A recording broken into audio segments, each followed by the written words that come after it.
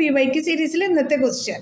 In what ratio does the line x minus y minus 2 equals to 0 divide the line segment joining 3, -1 and 8, 9? ഇത് coordinate geometry എന്ന ചാപ്റ്ററിൽ നിന്നുള്ള ഒരു 3 mark question ആണ്. അപ്പോൾ നമുക്ക് എന്തെല്ലാം കാര്യങ്ങളാണ് ക്വസ്റ്റ്യനിൽ തന്നിട്ടുള്ളതെന്ന് നോക്കാം.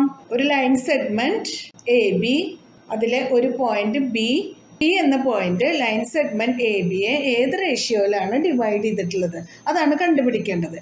എയുടെ കോർഡിനേറ്റ്സ് നമുക്ക് തന്നിട്ടുണ്ട് 3, -1. Coordinates of B 8, 9. P coordinates നമുക്ക് അറിയില്ല, അപ്പോൾ അതിന് XY എന്ന് കൊടുക്കാം.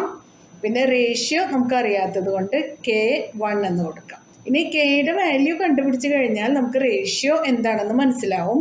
അതിനായിട്ട് കോർഡിനേറ്റ്സ് ഓഫ് P കണ്ടുപിടിക്കണം.